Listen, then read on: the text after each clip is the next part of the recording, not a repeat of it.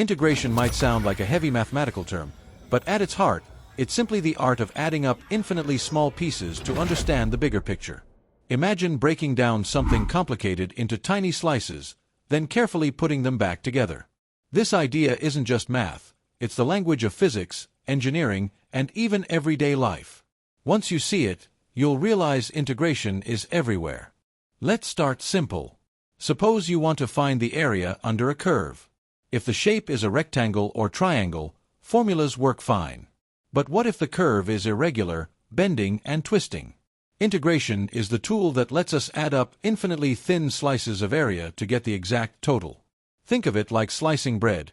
Each slice is tiny, but when stacked together, they form a whole loaf. Integration is that stacking process, but in mathematics.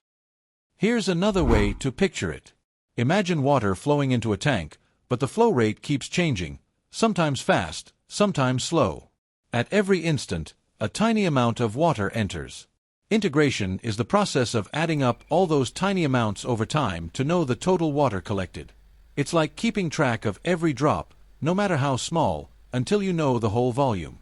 Take a straight line parallel to x-axis. If we integrate from x equals 0 to x equals 2, we're asking, what's the area under the line between 0 and 2?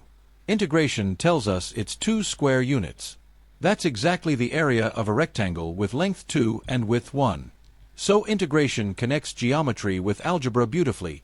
It's a bridge between shapes and numbers. Now let's step into physics. Suppose a car's speed changes every second. How do we find the total distance traveled?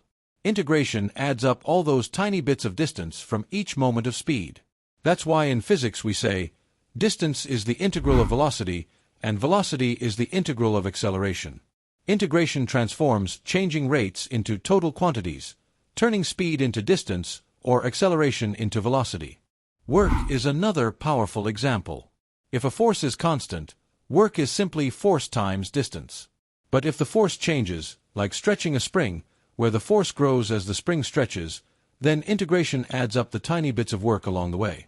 That's how we arrive at the formula for spring energy, 1/2 kx squared. Without integration, we couldn't capture how energy builds up gradually. In electromagnetism, integration is everywhere. A single charge is easy to handle, but what about a whole charged rod or disk? We slice it into tiny pieces, calculate each piece's contribution to the electric field, and then integrate to get the total. Integration is the reason we can understand how charges and currents create the forces and fields that power our technology. Even in quantum mechanics, integration is essential. The probability of finding a particle in a region is the integral of its wave function squared. It's literally how math connects to the physical reality of particles. Without integration, we couldn't even describe where an electron is likely to be. So integration isn't just about areas, it's the art of accumulation, the process of turning tiny changes into big results. From curves to tanks of water, from motion to energy, from electricity to quantum mechanics, integration is the hidden thread that ties math and physics together. Once you see it in action, you'll realize the world itself is built on integration.